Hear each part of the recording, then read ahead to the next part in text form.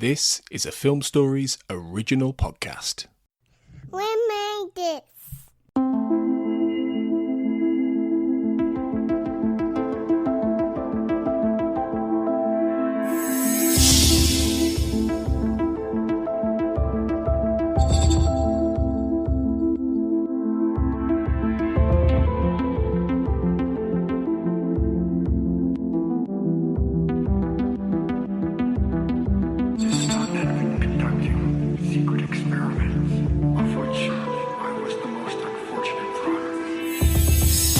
Welcome to the X-Cast. The truth is in here.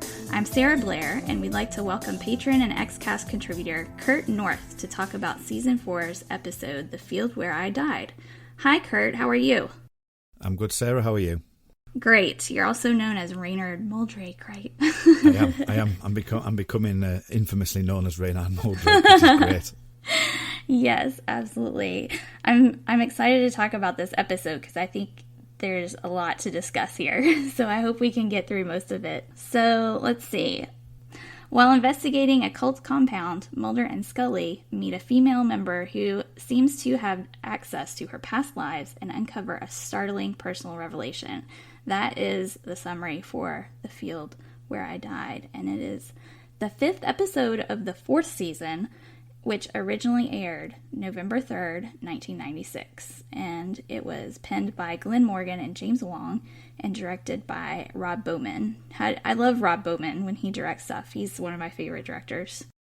Yeah, he is for me as well. There's a few things in this episode as well, which are particularly great character moments and some great direction that he's done. And I think it's going to be interesting to see what those moments are. But yeah, I love Rob Bowman. I think his work is absolutely fantastic.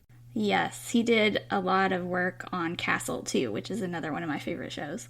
Yes, so I've heard. Yeah. Normally IMDb is notorious for being rated higher on the scale than most of us would rate an episode here on the X-Cast.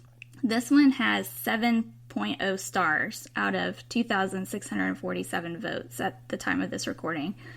Do you feel like that's accurate? I kind of feel like maybe it's a little low for me, but what do you think? I think it's atrocious. Right? Yeah, because it's got the same rating as El Mundo Gira, and there's absolutely no way that this is as bad as El Mundo Gira. It's also only 1 point above Teleco as well, and it rates as the I think it's the third bottom of the season. My personal opinion on this episode is it's outside of the mythology. It's one of my favourite episodes, so I completely disagree with where it is in season 4. Yeah, what rating would you give it? I would give it high 8, early 9, definitely. Early 9? Yeah, I give it like a 9. Yeah, that's what I would have said, yeah.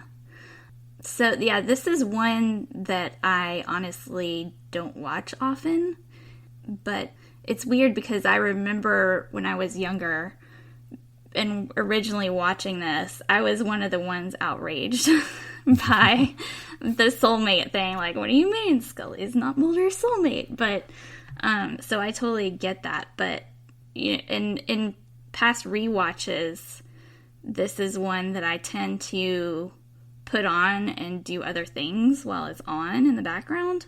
I don't sit and carefully study it, and I remembered why this time, because, it's so intense, and it's hard to handle, I think. For me it was. Yeah, I mean, for me, when I first watched it, I was trying to work back, because it's a particular poignant moment in time for me. It came out in the UK in February 1997. And that was mid-February, and within a month, Heaven's Gate happened. So that was around February, March time. And I became obsessed with cults. I became obsessed with David Koresh and Jim Jones, and I researched them in a big way around that time. So it was a jumping off point for me, this episode, to get involved and to research that type of thing. Heaven's Gate one especially, because it had Nichelle Nichols, who plays Uhura in Star Trek. Her brother was involved in that and committed suicide. So being a big Star Trek fan as well, everything seemed to be coming together for me to really delve into the cult side of things.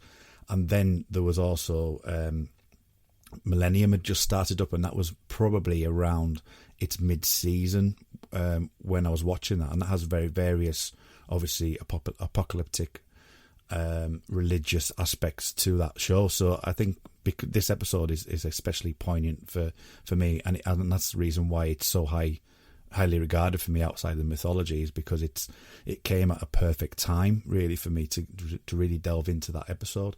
So yeah, it's definitely up there for me, and I have watched it quite significantly a lot over the years, really. Yeah. And I mean, in the 80s, kind of the theme was the satanic panic, and everyone seemed to be afraid of black magic and rituals and all that kind of stuff, which kind of then moved into this ultra extreme version of these Christianity cults and other cults in the 90s. And I don't know, I kind of feel like maybe that was a lead up. Everybody was expecting the new millennium in the year 2000, and it was like a really big deal to live through because, you didn't know what was going to happen on Y2K and all this stuff, and it's like, do we need to stockpile canned goods? And of course nothing happened, it was fine. But I think part of that helped to feed the mentality of these occurrences of these cults. And yeah, I mean, obviously because of 2001, really, wasn't it? We entered a new, different world at that point. So this was just before the cusp of all that kicking in. I know we had the World Trade bombing before the World Trade Center, but the main aspect of, as you say, of these cults, militias and things like that was really quite in the mainstream at this point. Late 90s, especially because of what happened in 97 with the cult there, with Heaven's Gate, and also with what happened at Waco. Then obviously these things were kind of first forefront in the mind, really. Yeah, exactly. So I'm glad that they did this episode, and we'll talk a little bit about how they handled the cult aspect of it. I felt like the cult aspect of this took kind of a back seat to the reincarnation and the relationship stuff. So I definitely want to talk about that as we get into the episode.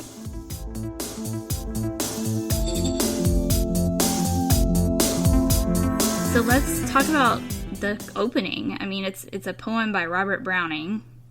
I didn't know it was a poem at the time. I honestly didn't. I was like, well, that's beautiful writing. Nice job, guys. Yeah, I have to agree. I have to admit, I was the same. Yeah, uneducated I am on my poetry. But yeah, Robert Browning wrote this beautiful poem called, I think it's Paracelsus? Yeah, I'm not so sure how to say it, but yeah, it's something like that. It's got a P, an A, and an E in it. I know that much. Yeah, there's a C and a couple S's. So look that up, guys, because it's a really good poem. And it's part of a larger piece of work, too. I don't know, was there anything that struck you particularly about the opening sequence here? Because it's really moving.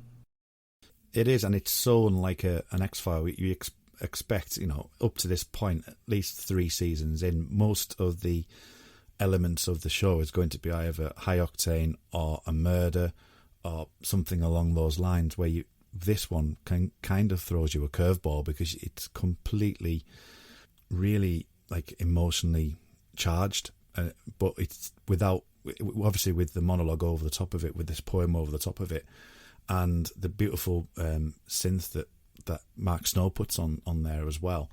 It puts you in a different mindset to say, well, this is something different. This isn't going to be your typical X-File, really. Mm-hmm. Yeah, and Mulder's crying over these photos, and it sets up a good mystery because you want to find out who are those people that he's so upset about. Yeah. So then we've got the first scene, and it's very jarring. I kind of jumped in my seat a little bit because I had forgotten how it's this FBI raid.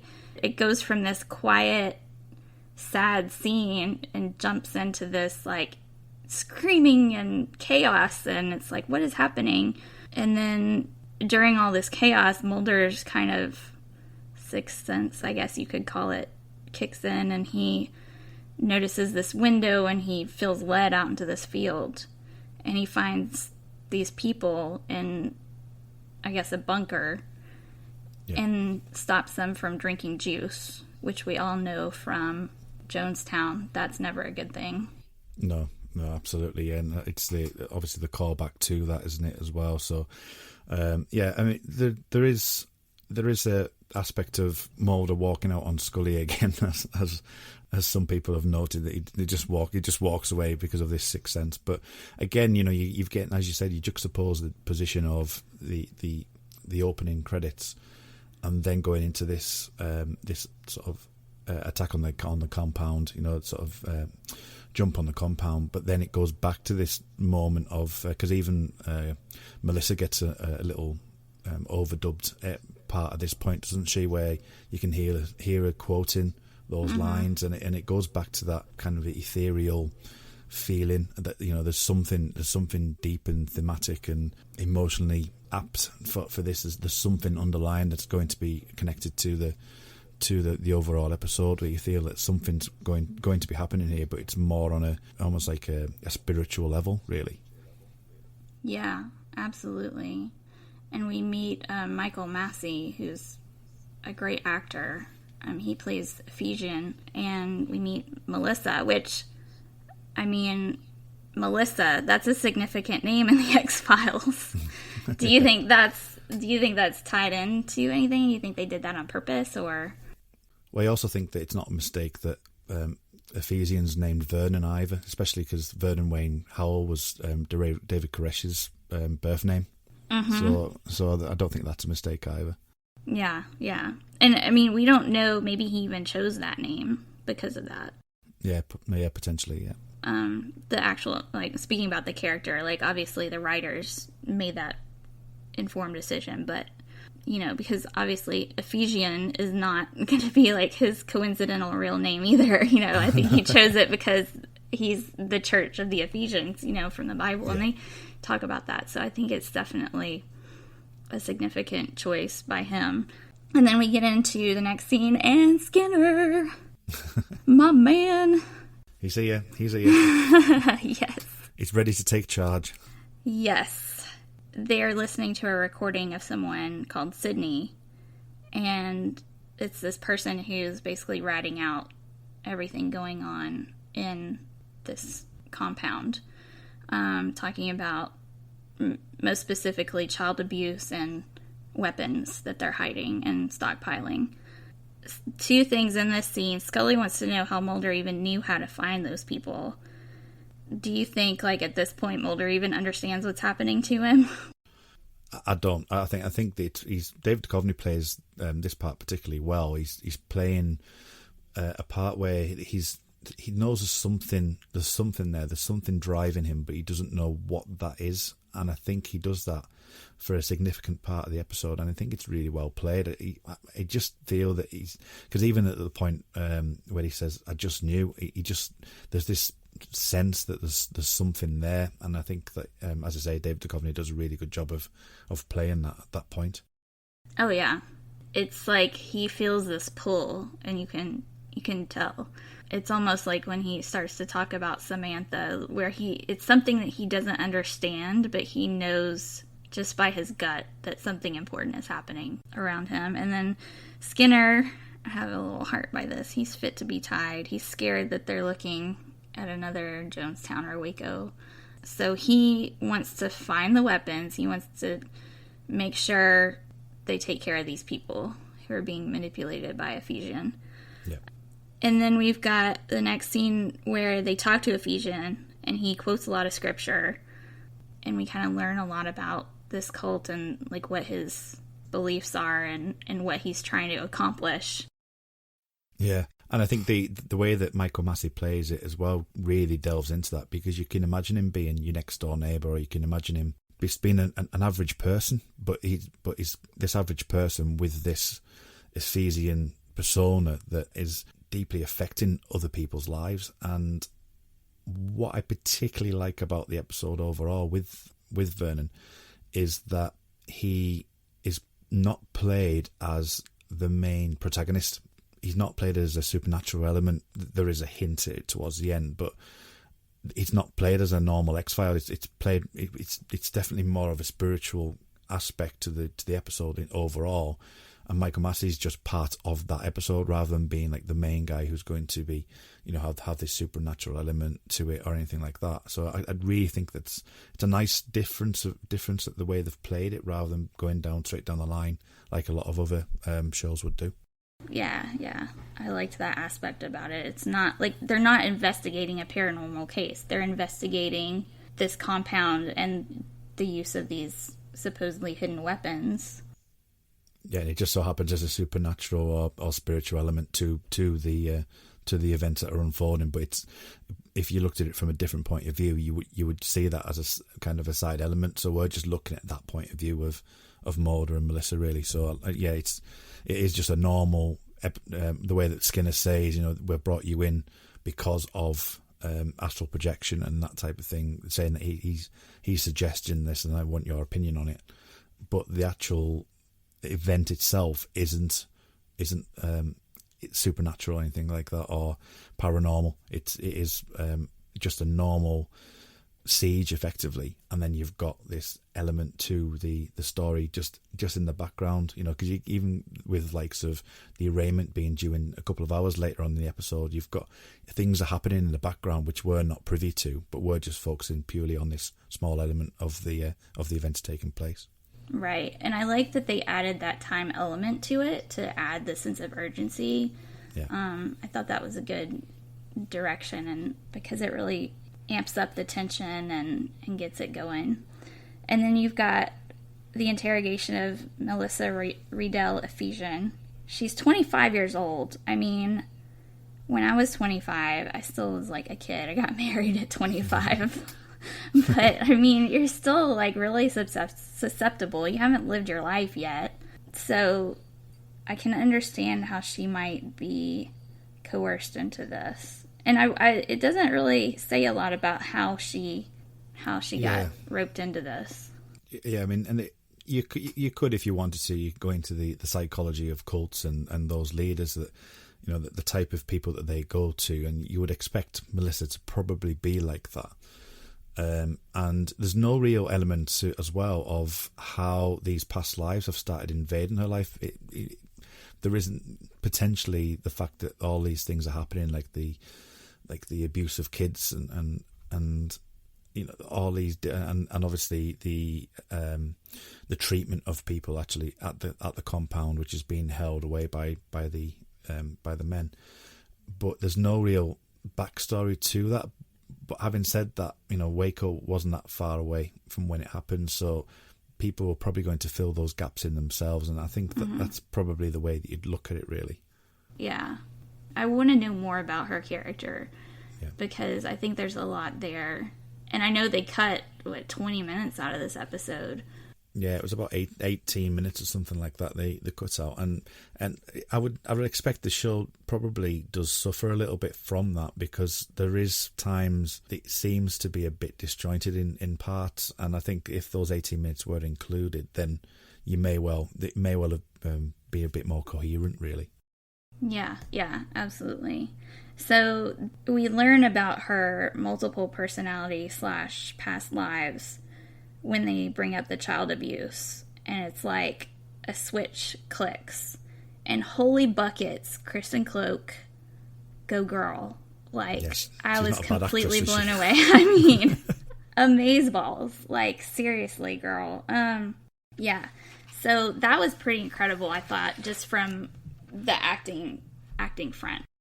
Her acting chops here, I think, is brilliant. I mean, I'm a big fan of Millennium, and I think she was great as Lara Means in Millennium, and she was also great in Space Above and Beyond as well. So I think that it was a great showcase for her to show off how good she was. Yeah, absolutely. And in the scene while Sydney is talking, we get a close up on Mulder and Scully, and they start writing notes to each other, and Scully writes multiple personality, and then Mulder writes past life. Yeah, and this is one of the points I wanted to bring up about Rob Bowman's direction, because I think this point is particularly good. Yes. And he does this a couple of times in the episode where the camera, it's panning round at one point between the two, between Mulder and Scully, and it's saying the past life, and then she says Harry Truman, and the way the camera pans over to Scully and then Scully takes a double take and looks at Melissa, it puts you at unease, really, the way that Rob Bowman directed that scene. But I just think it's a brilliant little snap point, a full stop to effectively say, this is a big point here. And I just think it's expertly done. Yeah, it gave me chills when I was watching. I was like, whoa. Yeah, absolutely. It was really well crafted. The directing and the editing in this episode is just phenomenal. And then after that, we get back to Skinner. So he is trying to find a reason to hold Funchion and his wives. And he mentions, we've got 15 hours to find something. We've got to get on this, guys. What are we going to do? Mulder argues for taking Melissa back to the compound. He doesn't mention that he thinks it's past lives. And Scully calls him out on it. But I was glad to see that his Oxford degree is finally kicking in. To listen to him explain, his photographic memory is reading off this textbook explanation of multiple dissociative identity disorder. And I love I noticed how Skinner keeps referring back to Scully, though. Even though Mulder has got this degree from Oxford in psychology, he's like, so what do you think, Scully? You're a medical doctor. It's almost as if that he's so used to just hearing Mulder's crazy theories that when he actually does have something original to say, he didn't hear it. He didn't hear right. It. He just, Scully, you're the one that talks sense normally. Talk to me. Yes, exactly. So he's like, I know you're the voice of reason, so I'm going to listen to you, even though Mulder has this degree in psychology. Did you think it was out of character for Mulder to be hiding this aspect from Skinner? I do think it's slightly out of character for him, because he wouldn't ever not say what he thinks. We've seen that in likes of Toombs, where he's standing up in the courtroom basically saying what Toombs was. Yeah. So it is a bit out of character, but at the same time, that you mentioned before, and obviously it's a writing trope anyway, that you need to add time to it to make up in its tension. So whether or not you can argue that Mulder's just trying to skip along the fact that he knows if he says what he's going to say, that it's just going to slow things down, and he just wants to get on with it. Yeah. I would take that aspect of it, really, but there is definitely that argument, and it's not an argument I can really go against. But in my head canon, he's just doing it just to save some time. Yeah, that's what I thought too. And it is out of character, but I don't think Mulder is himself in this episode. Yeah, that's true. But what is in character is when Scully says, "You're only responsible to yourself," and then he just gets up and walks out the door. Yeah. Again, just leaving Scully alone. Just walk out the door again. Yeah. But I do like that he's not afraid to be honest with Scully. Scully is the only one in this episode that he shares everything with. Well, that's one of the strong... I know that people do say that their arguments are sometimes just a bit too much, but I think this one in particular, because it's going into the personal aspects of both Mulder and Scully, I think it works really well. We'll get to the car scene a bit later, but each of these arguments are really, really strong arguments. And, I know that I'm joking around saying that Mulder walks off, and he does do that, but that's just a character trait of Mulder. But at the same time, he's still having the intelligent conversation with Scully at the same time. So there is, he has no fears about talking to Scully about any of this at all, really. It is frustrating because I know a lot of shippers will say, soulmates and this and that, but they truly know each other and appreciate and love each other on a deeper level that's beyond romantic love, which, I believe that the romance is part of it, but this episode only solidifies it in my mind. Yeah. Because they do have that connection with each other, and he can share that with her and nobody else. So I think that's important to remember in this episode. And, going back to pretty much the biggest word that I saw in comments on the X-Files basement, everything is everybody says this is so emotional. This episode equals emotion. And it's true. So I think that he is emotional and it is affecting him, and he's not himself, but he's not supposed to be. Yeah, I mean, I think the little tent poles or themes of episodes where he does that, you've got things like Conduit and Oubliette and Paper Hearts, Mind's Eye. Those episodes don't all have that Mulder emotional angst to them, and a lot of those ones I really like for that reason. And this is no different. The Field Where I Died is absolutely no different to any of them. They both have that emotional aspect to it. In my opinion, I love the Mulder angst. I'm all for it. So I'm glad you appreciate that aspect too. As a no Romo, I do. Okay, yeah. So the deleted scene, which you can see on the DVD, doesn't really add too much. It's basically just before we go back to the compound. There's a scene where Mulder and Scully and Melissa come out of the place where they're at, and he's going to drive to the compound, and there's two characters that Melissa is playing at this point. Well, not playing, but it's the past lives are coming through, and there's one which is a young girl, and because Sidney's the overarching character, he's smoking, and this young girl sees a cigarette in her own hand, and she starts looking at it and has a look of terror. It's horrible what we're doing with this cigarette. So Mulder quickly, and it's really off-putting to see, but Mulder takes the cigarette off from her and starts to put it into his mouth to pretend, how did you get hold of my cigarette? So I think that was a nice little moment, but it really doesn't look right watching Mulder with a cigarette. It's really bizarre. And she then comes back and says, that's a nasty habit. You can't have that. And then as they go into the car, she's wearing a beautiful pink sweater, the cardigan she's wearing. She says, it's a lovely, beautiful sweater. And then she won't go in the car because she wants to sit in front with Mulder, and Scully's like rhyming all kinds of legal requirements, saying people must sit in the back, and eventually then it flicks over and you see that Mulder's in the front of the car with Melissa. So that was a beautiful little scene. And then another bit, which is a shame it has been put out, because you don't see Mulder in this position either. He gets as he's in the car, there's another car that pulls out in front of him, and he beeps his horn and starts shouting at the guy, proper road rage in it. And that then sets off the second personality to come through, which is a guy called Joby. And eventually when he starts talking about sputum and all these kind of really dark, almost Twin Peaks-esque type stuff.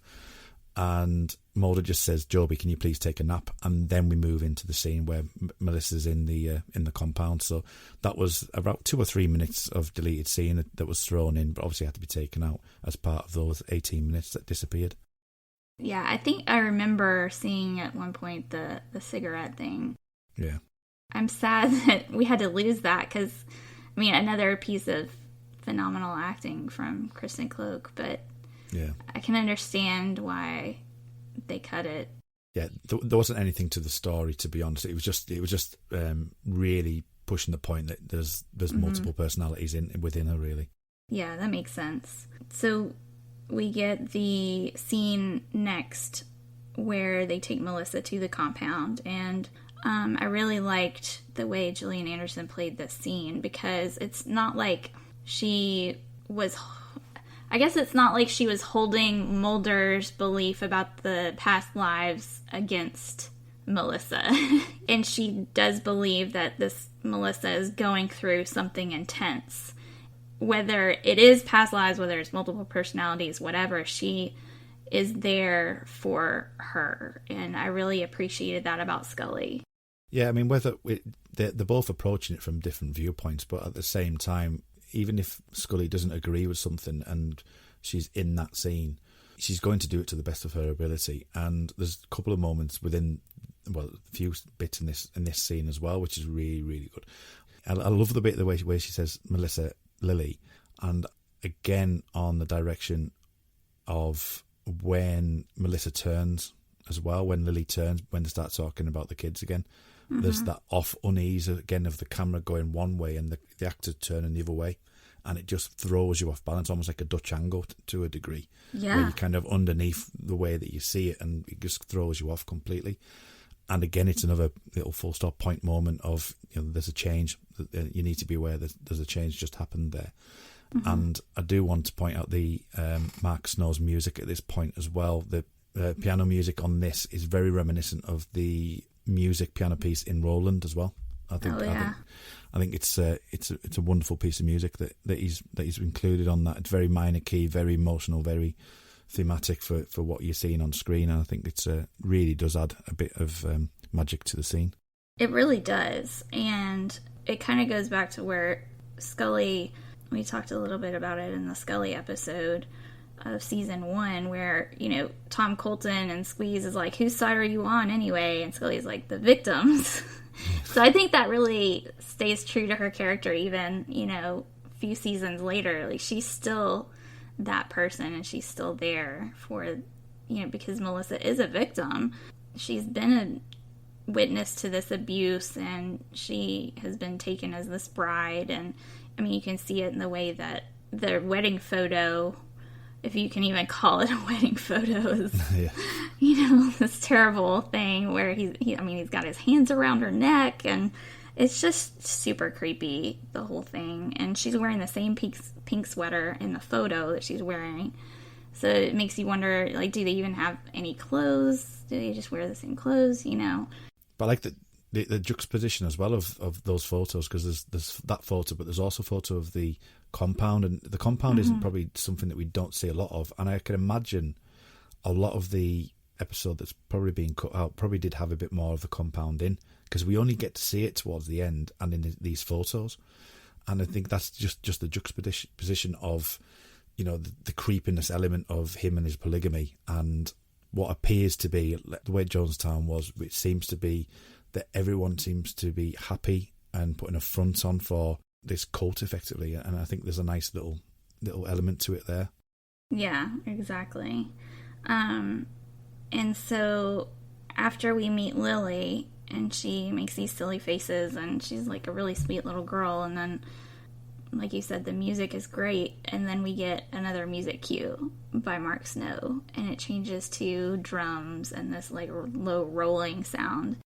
I quite like he does that before we see, at the beginning of the episode when they find the bunker, there's the rolling of the snare drum at that point. And that's foreshadowing the fact that we're going to go into the past lives of Civil War and things. And again, we haven't been explicitly told here that is what's happening. I know we've got past lives, but that is pretty much giving you the indication that that's where we're going. You've heard it twice now. There's those motifs that come in twice, and then it turns into toms later on, which is, you know, more of a deeper drum sound. So, but yeah, I do like what he did there. So there's a bit of musical foreshadowing. I enjoy how the direction and the music and all of the elements play together to help create these different personalities and different moods throughout the whole episode, but it's one cohesive thing. Yeah. It all blends seamlessly together. I think it's masterful the way they were able to put all that together, even with 20 minutes cut out, give or take. You know, it's still very artful the way they crafted that. Yeah, it does. And as I say, with the music aspect of it as well, I don't think there's an episode that I can think of off the top of my head that has such a variation on the theme. You normally have a theme and it works through, and it may gradually build up. I'm thinking Unrequited, for example, that's all Vietnam stuff, so you've got a similar trope all the way through it. Where this one is, because of the aspect of you changing from World War II Jews, and then you're talking Civil War, and then you're talking Truman. It's so bitty, but it's just, as you say, it's just so cohesive. I think it's really, really well done. Yeah. Melissa changes into Civil War nurse, and she paints this vivid battle scene as she is slowly walking out of the compound and out into the field. And it's this beautiful monologue. Like, you can see everything that she's talking about in your mind. I mean, she walks out in the field, and it's at magic hour with the sun, and the lighting is perfection. And it just, you know, her pink sweater just blends in so beautifully to the surrounding field, and you know, her voice gets all soft and takes on this Southern tone, and her name is Sarah, which I freaked out when I first saw the episode. I was like, her name is Sarah, oh my gosh. It's not part of the episode that has an effect on me as such. I was more looking at from both the spiritual, sort of the regression type stuff with the past lives and the cult side of things. So the Civil War bit, especially when I was younger, did fly over my head a little bit, I must admit. But looking into it and particularly for once I've watched this a few times and watched a bit of the Ken Burns documentary and things like that. So it is an interesting aspect, and it is something that I really would like to get into more detail at some point in the future anyway. Yeah, absolutely. And the Epsom, Tennessee, where this episode takes place, is it's about an hour and a half from where I grew up in Tennessee. So did they replicate it enough for you? Yeah. No, I mean, it's perfect. Vancouver really can double for just about anywhere. So I don't know that it would have done as well in LA, but yeah. Yeah. Bit sunnier. Yeah, exactly. But yeah, we get the line, like she walks out, this is like the title episode, and she says, "This is the field where I watched you die," and it's like all the tears. Like I was sitting here watching it the other day, like gushing tears down my face. I was like, this is why I don't watch this episode very much. I mean, it's like so intense, even though, like, whether you believe in the past lives or not, it's, she's in this moment describing this person who existed. I mean, there's evidence, like Scully goes and gets the evidence that this person was a real person. There's a photo of her. Her name is in the registry. Yeah. So whatever you believe, this moment is intense. It is, and it's probably my favourite part of the episode as well. I think it's beautifully done. I love the field. I love the way she turns around and delivers that line. I also like the way that Duchovny's foreshadowing the response as well, because just before that you see him, he's not there. He's staring into nowhere, and it's just building that momentum up till you get that line as well. And I think that Duchovny gets a lot of slack for this episode for his acting, but these scenes where he's underplaying it and he's giving you a sense that there's something not quite right with him at this moment in time, and for her to deliver that line, it then makes sense, and it hits you like a train coming. Yeah, it's brilliantly done. Exactly. In the next scene, they're in the car and Mulder is really wound up, which honestly I would be too. I can't blame him. No. If this was happening to me and somebody is like, I knew you and you described this and just like, I watched you die right here and this is where it happened. Like, how can that not affect you even if you don't completely believe it? Mulder's arguing for Melissa to go see a regression hypnotist, and Scully thinks she's been through enough and she doesn't want her to have to go through more emotion than she's already been through. And Mulder is like, how can you not feel these things? How can you not feel that this is true? You were standing right there with me, and you saw this, and you heard this, and how can you not feel it? Yeah. And I think it highlights their personalities. It does, and it's also a subversion on Beyond the Sea as well, because that's kind of what Scully was effectively saying to Mulder in that one. So and obviously that's a Morgan and One script as well, isn't it? So you've got the subversion of the character traits to a degree at that point, because I know that it's slightly different because of Scully's religious aspect and Mulder's disbelief, especially in Beyond the Sea.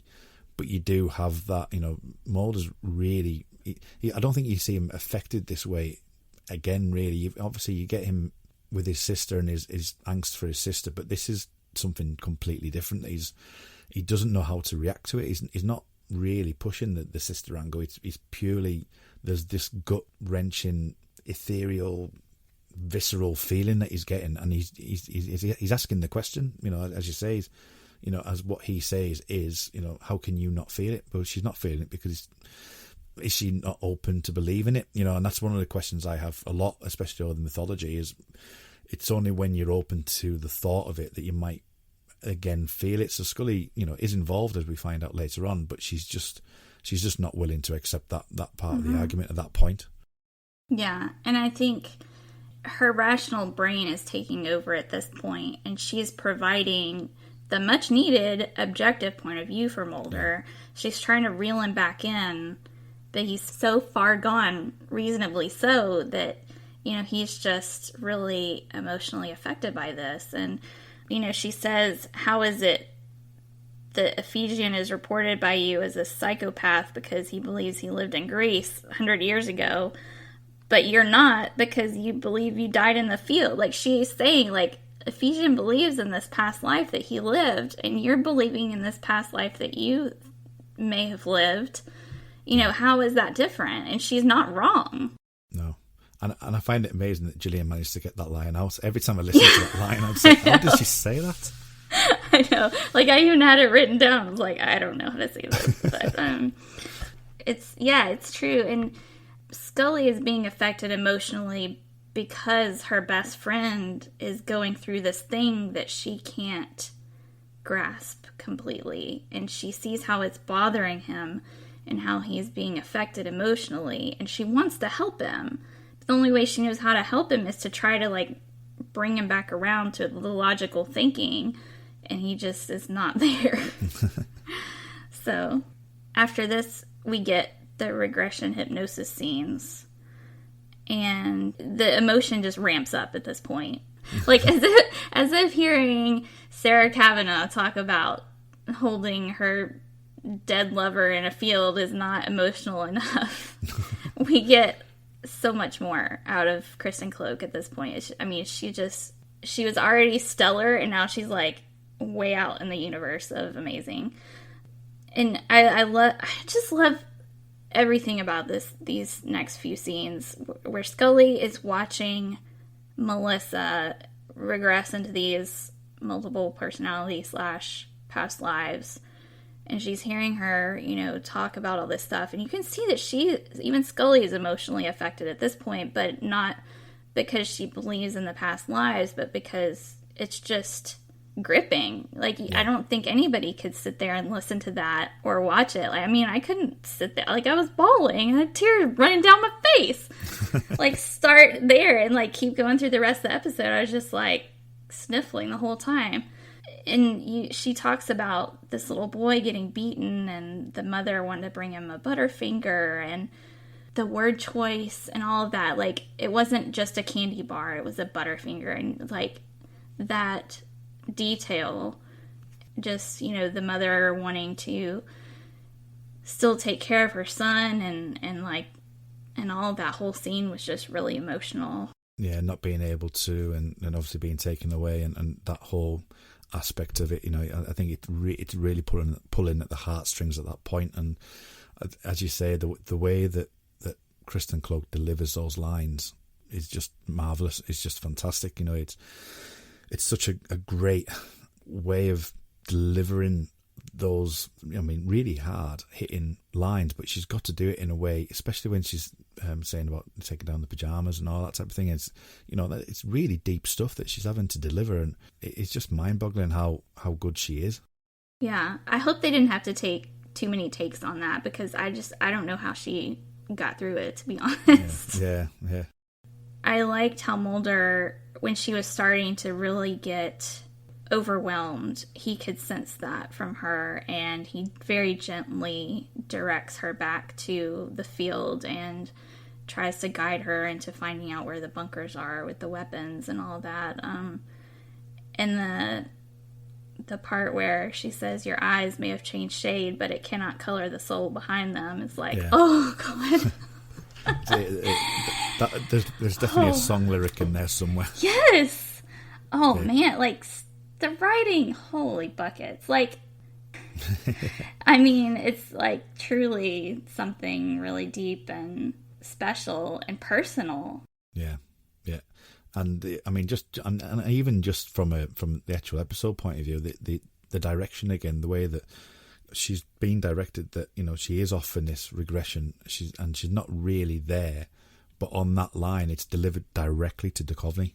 You know, it's lit, and the camera's literally at Duchovny's eye level. So I think, you know, the way that that's done it really brings us as the viewer into that line, and that line, as you say, is just poetic. Yeah, and it actually, there's a Morgan quote that he says when he was writing this episode. He says that he's gone through a failed marriage that he really believed in, and he wanted to believe that there was somebody out there, and he had been in a situation where that didn't come true. Then he quotes, "I met Kristen and I was rejuvenated. I really thought that you can be reborn in this life, not just life after death." Right. And, it's just really beautiful the way they talk about each other. Yeah. And how much they really are in love. Hate you. I'm just jealous of you all. Oh, it's not easy. I wish it were so easy, but no. There's a lot of bad lines that come between the good ones. I can guarantee you that. But yeah, and then occasionally the good lines do magically come to you. And I think it helps, that he was having this relationship and that he was writing to someone instead of just an episode.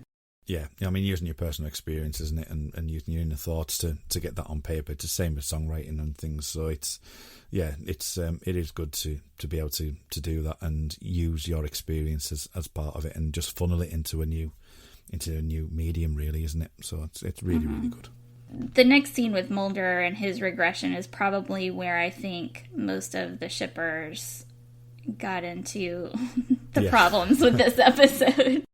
I have a problem with it just purely because I think it slows the episode down. I think we've got the Melissa regression and then we move into Mulder's, and I just think it just slows it down. It becomes a bit of exposition as well to a degree, and I do have a slight issue with it, but not for the arguments that shippers would. So it is an interesting one. I mean, I personally, from that point of view, from the shipper point of view, would kind of take the idea of kind of the love transcending rather than being particular love, and especially the way that we've met, the way Melissa says we've met in this life just in passing.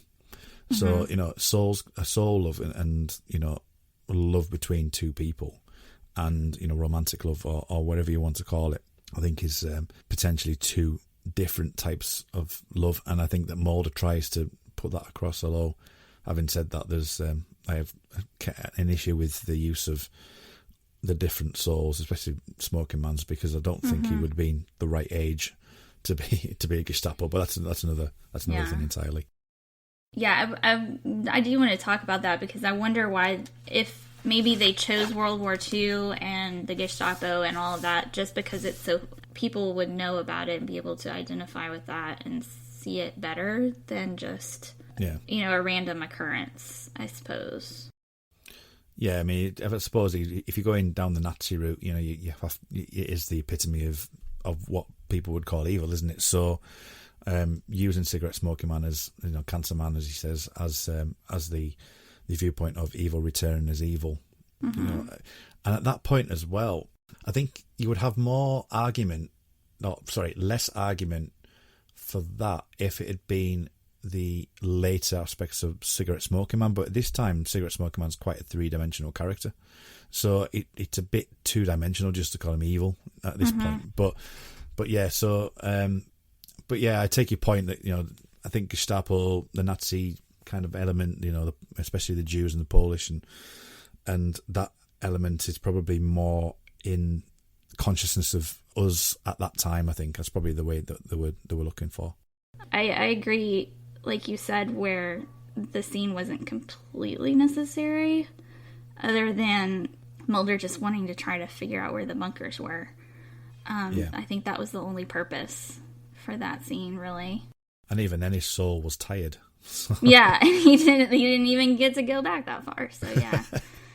I think Scully was a little bit more effective in her research when she goes to the records hall and finds the photographs and the names. I mean, can you imagine how she must have felt like finding those names and those photos? And of course there's photos. I mean, even though photos were not totally widely done at that point, but But out of all the people in Hamilton County at that time, that they would have photographs of both of them right next to each other.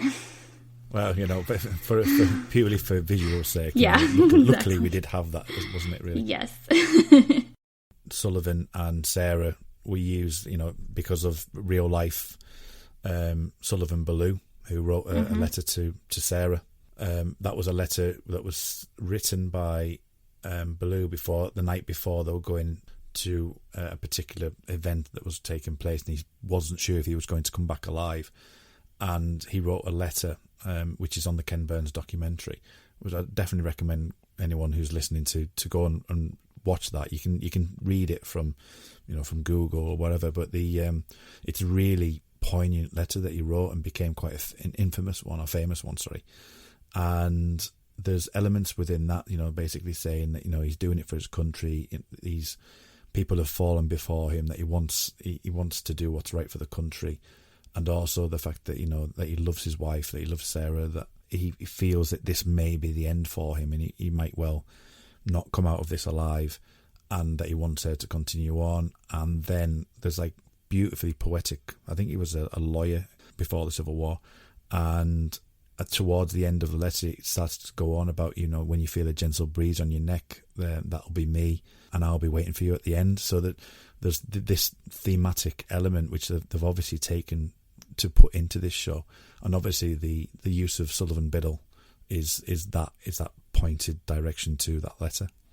I'm glad that they incorporated that in that episode. It makes it a lot more real, along with the photographs. I want to know who those photographs really were, though.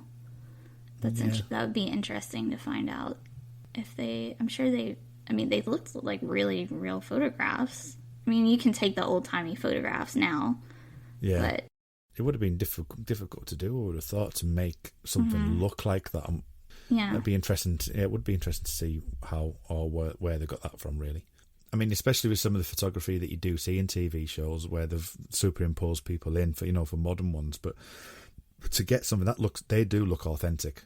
I must admit, they do. They've done, if it is a fake and they've done that outside of, they've done that professionally, then that is a really, really good job that they've done with them pictures. Yeah. You may well be that it might be even some cast members or maybe even some show members that might have pictures or something. You just don't know, do you? We'll have to look into that. Chris Knowles, if you know anything about those photographs, I think out of everybody, you're the one that would know. Yeah. Please, Chris, find out for us and go in the basement. Exactly. So after this, we've got Mulder and Scully together, and we get this really intense quote from Mulder, and he says, if someone had told us we'd always be friends, would that have changed the way we looked at one another? Even from the beginning. I know this is another part that gets the shippers riled up. I am a shipper. I believe in their romance. But I also believe in their friendship, and I don't think they have to be mutually exclusive. And, Scully says, I wouldn't change a day, except for the Fluke Man thing. I could have lived without that just fine. Which is obviously a little wink at our Morgan's brother. Yes, exactly.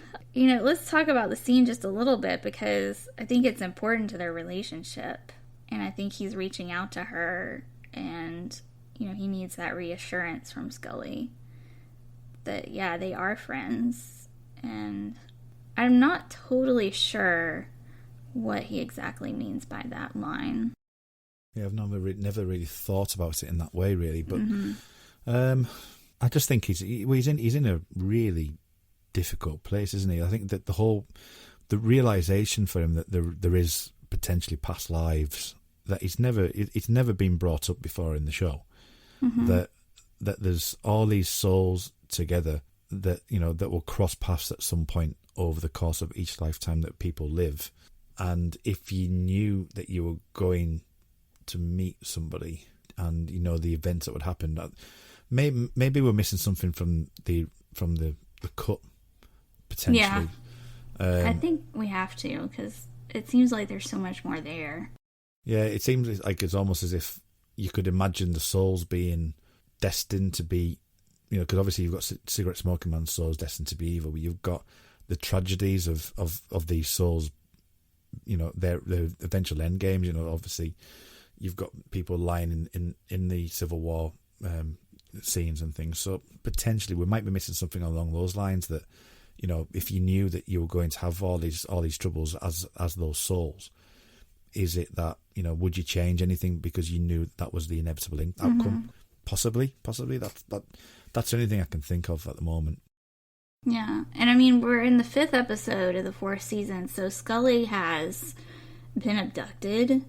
Yeah. And been, you know, in this house with these crazy inbreds, and she has been through so much. She's just been abducted in Anrua in the previous episode. Yeah. And you've got obviously likes of, you know, Donny Faster and all those type of things. It's really affected her. So, and Squeeze just and to do without the fluke, man. You know. Yeah, right. It's like, for her to say she wouldn't change a thing about that, I think speaks a lot to her relationship with Mulder. Because, you know, she chose this life with him. She made that decision in the 1st season. And that was one of the things that I really enjoyed about going over the 1st season and this Scully dedicated episode, is because, you know, we see her go from this girl who's just starting out her career, and she makes this choice to investigate these cases with Mulder because she finds these cases exciting and different and worthwhile and dedicated, isn't it? So it's the things that you have to go through. But, you know, if you take Donny Faster, for example, the other side of things is that, you know, they're doing the work to stop him from doing that. So, you know, you could take it from that point of view as well. I mean, obviously you would never want Scully to be abducted, but unfortunately that's what happens, at least in the first 3 seasons. So, but yeah, you could take it from that, you know, that, you know, she does believe in the things she's doing is making the greater good effectively. That's what she's probably believing in. Obviously the fluke one's just disgusting. Yeah, exactly. So yeah, I thought that meant a lot, you know, considering everything that she's been through with and for Mulder. And in the next scene, we've got Melissa's another interrogation. She's listening to the tapes of her session. Yeah. And Mulder's trying to convince her of, you know, these past lives, and she says, even if it were true, you know, I want to believe. Like, she wanted, like, I think that was a key line for her to say, because, you know, and you get to see Mulder's reaction. It's like, they really are soulmates. That is really pulling. Yeah. Isn't it? Yeah. And she says, if it were true, like if this past life thing were true, I'd want to start over to end this pointless life. And he says, and he calls her Sarah. He's speaking to her as his soulmate, which is like, oh my gosh. So he says, if it were true, no life would be pointless. And I think he genuinely believes that. I mean, everything that he's been through with Samantha, with, you know, all of that, even though he's had to fight so much for his quest in the truth, he doesn't have an easy life, and he's lost so much, but he still feels like his life has purpose. Yeah, and it goes back to what we were saying about Scully, wasn't it, as well? It's having that element of, you know, no life would be pointless because you're doing something in that life. You know, you're making the best of what you can and doing what you feel is right. And, you know, knowing that, you know, you're going to meet again, your souls are going to meet again in the next life to do something different, but effectively the same honourable things that you want to be doing, then, you know, no life will be pointless because you are affecting your time on Earth at that point. Yeah. I think it's a really beautiful thing to take away from this episode. You know, that even though these tragic things happen, there's still hope. You know, for once we get a supernatural aspect to something that isn't ugly or horrible or terrible. It's actually nice and hopeful. Yeah, and that's one of the reasons why I like this episode so much, because it is inverting the usual. As I said before, with we'll get into Vernon very shortly, I think, but you're getting the paranormal aspect, but it isn't the evil paranormal aspect. It's hopeful. It's a bit of hope, and it's more of a thematic storytelling. It's almost Star Trek in a way. You know, it is. It's kind of it's got a message behind it that's trying to be uplifting and be hopeful in the darkness that you can see. Everybody says Shakespeare wrote every story, and everything else is just a copy or a play on Shakespeare. Yeah. But I mean, it does have the aspects of Romeo and Juliet, the star-crossed lovers, and that kind of thing in it. But I think this is more uplifting in a way.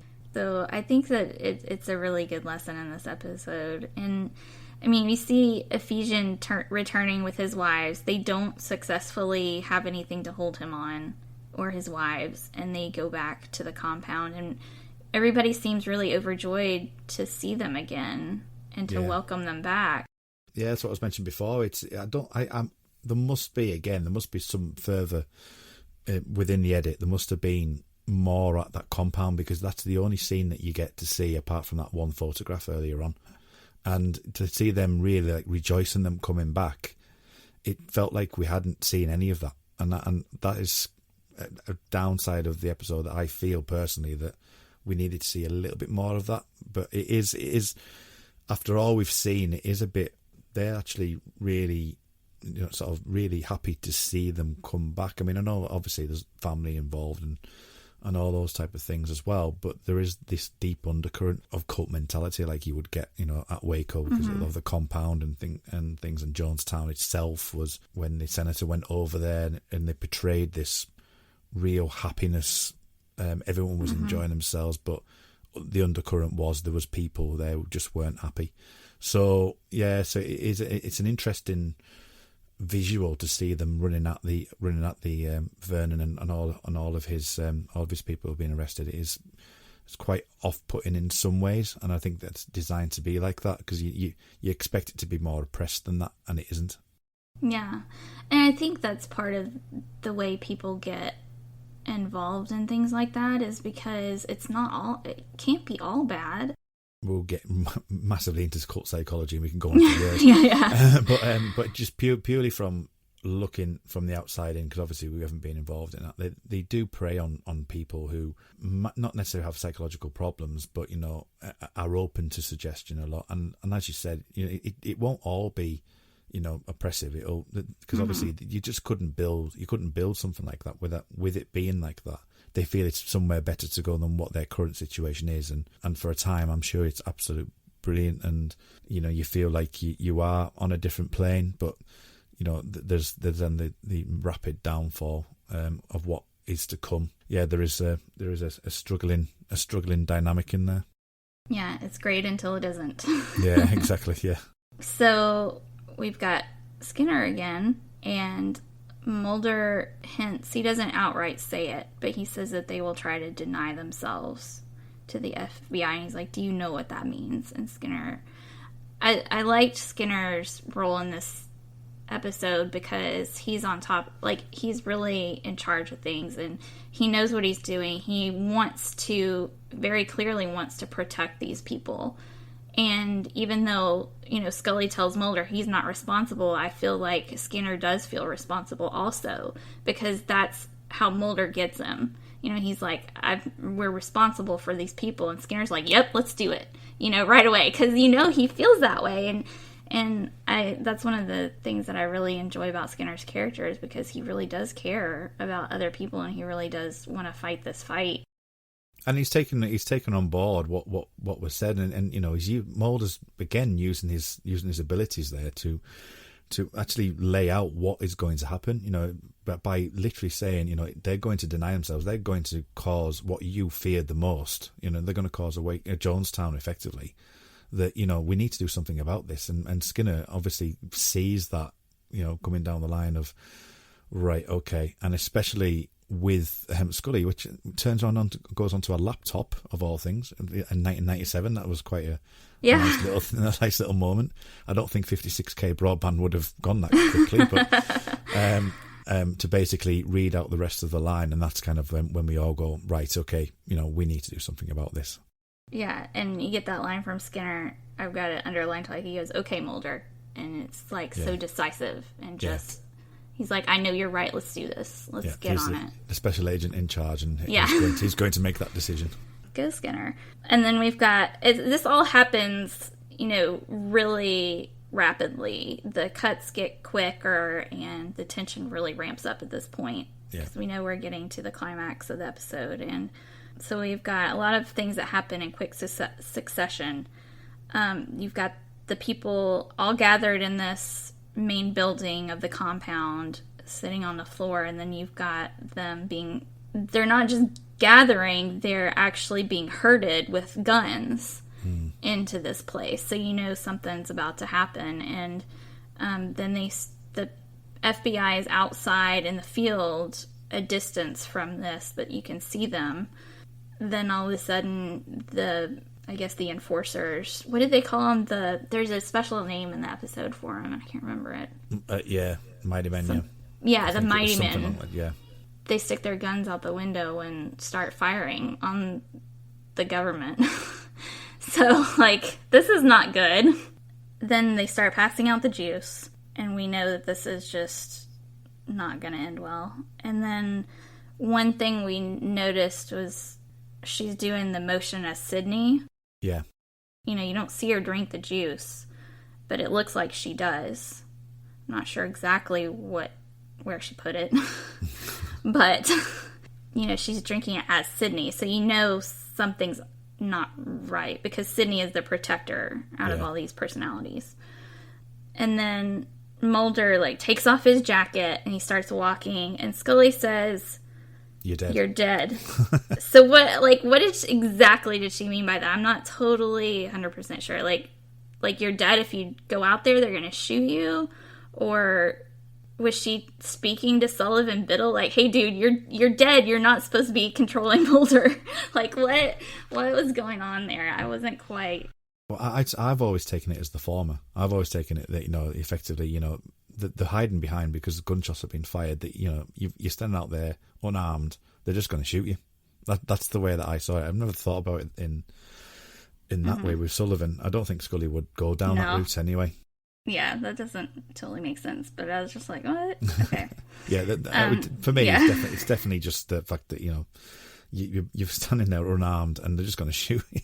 Yeah, that makes sense. And then we get back inside, and we think Melissa's laying there dead, but plot twist, she wakes up. And Mulder's trying to get inside, he's trying to go quick. And it's that Romeo and Juliet moment. You see, I always took that scene that Sydney did take the juice, and there was something supernatural about the fact that he was able to kill his personality, but not the others. Ooh. That's the way I always took it, that he actually did take it, but he was doing it to protect the others, and she woke up as the different personality. Oh. Sydney sacrificed himself. Yeah. I like that. Yeah, that makes sense. So then you see Ephesian there, and he is like, nope. It's like he was waiting. Yeah, it's like he was waiting for her, though. It's like he knew. Yeah, and this is the scene where I think they could have gone down the supernatural route, because obviously we see him later on when he's dead, that you could have not seen him, and you could have added a paranormal aspect to it, and they didn't do that, and I actually respect that. I think I think you could have easily have done that, and I'm so glad they didn't, because it would take away from what we're meant to be watching.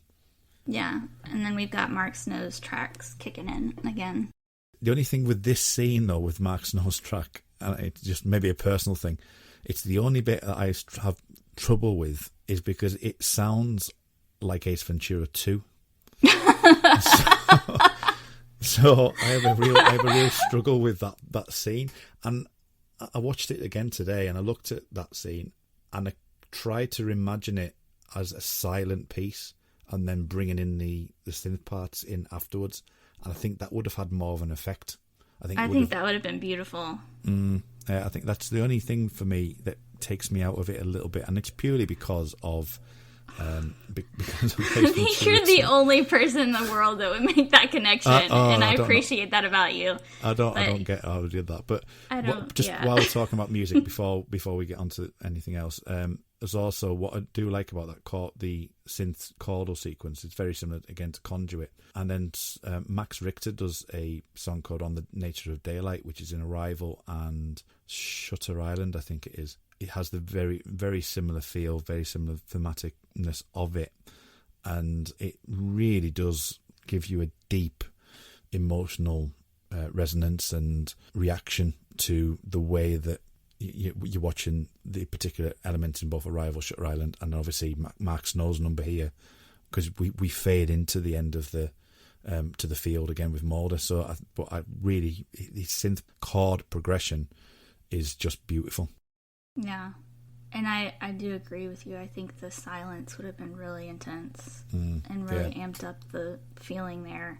But I think it worked out okay, because I never would have thought about Ace Ventura. But hopefully I haven't ruined it for you. That's the main thing. Yeah, and I like how we cut back around to him holding the photos from the. It's a nice bookend. Yeah. That scene for the beginning and the end of the episode. Yeah, and it's a nice bookend. It's a nice closure, and obviously we now know the story. So you know, you're going back to that moment at the beginning of the episode. You didn't know what was going on, but obviously now you know you're deeply invested in it. So you're feeling for it compared to what it was 42, 43 minutes earlier. It's completely altered. Yeah, stab you through the heart with feels. Absolutely. Twisting the knife.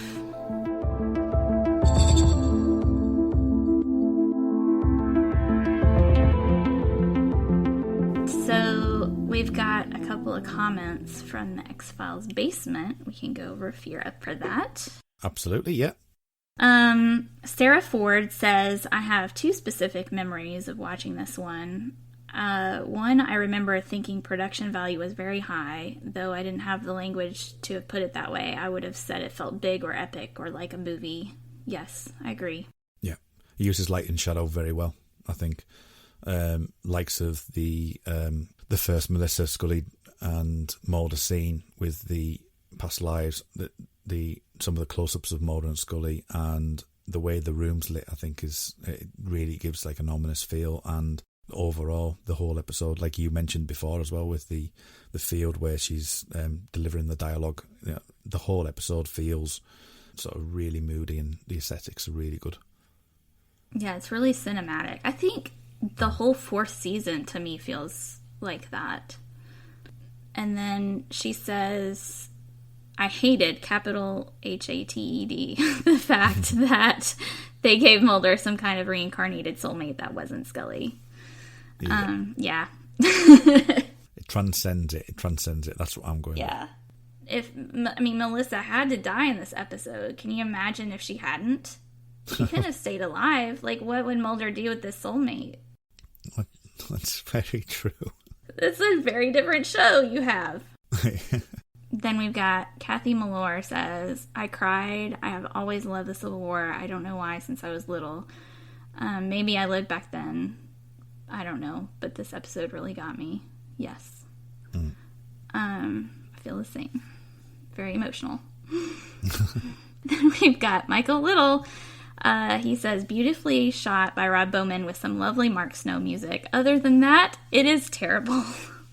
I am not a shipper, but I find this episode incredibly dull. I think it is the worst thing Morgan and Wong ever wrote. We never got a great episode about reincarnation. Hellbound was okay, I suppose, and that's a shame. Michael. Okay, Michael. Yep. Okay. I respectfully disagree with that comment. Yes, there you go. Thank you for sharing your opinion. Then we've got Sarah Devicomte. I like this episode for its emotions. The story is okay. The direction is beautiful, but emotionally, it's wow. And she had a lot to say, and she also says, I related to Mulder because Mulder's whole quest, in a way, is finding himself in the search for truth and his sister. He's truly asking what happened to her and what happened to him. There in this episode, he finds more about himself. It's a beautiful, very personal discovery or epiphany almost, like in Closure. Yeah, we mentioned that before, didn't we? His Mulder angst is one particular aspect of the show that I really like. And, you know, Closure is another perfect example, as is Conduit. And I agree that overall, yeah, the story probably could have been maybe slightly stronger, but, you know, it's all about the emotion, and I totally agree with that. Yeah. And I think that's fine. I mean, even if it doesn't resemble too closely the X-Files overall, I think it fits well with the series. And I think the greatest thing about the X-Files is that you are able to have this variety. And this one is probably more towards a generic X-File as such. It's just the fact that what's within it isn't an actual X-File case. It's just more of a character piece, I think. Yeah. And those are, I think, just as valuable as the rest, the mythology and all that. Yeah. And I like that they were able to have this character piece outside of the mythology. Yeah, absolutely. But yeah, great overall episode. Did your opinion change at all? Still a high 8, almost 9? This for me, outside of the mythology, is one of the episodes that come instantly to mind whenever I think of the best episodes. So without a doubt, it's in the higher 8s, early 9s, and I'm one of these people as well who would never give an episode a 10. Yeah. So and people would have heard that I gave Jose Chung's episode back at the end of season 3 there, I gave that a 9.75, and that's my favourite episode. So I just can't. Nothing is perfect. Nothing is perfect for me. It's got to be. It's got to be absolutely ridiculously good to be a 10. Yeah, it's definitely one I think I'm going to be revisiting more often, especially when I need a good cry. Yeah. It's like sometimes you just need to sit down and eat a box of cookies and cry your heart out, and that's okay. Yeah, I have to admit, this is like, for me, it's like listening to when you're in the mood for sad songs.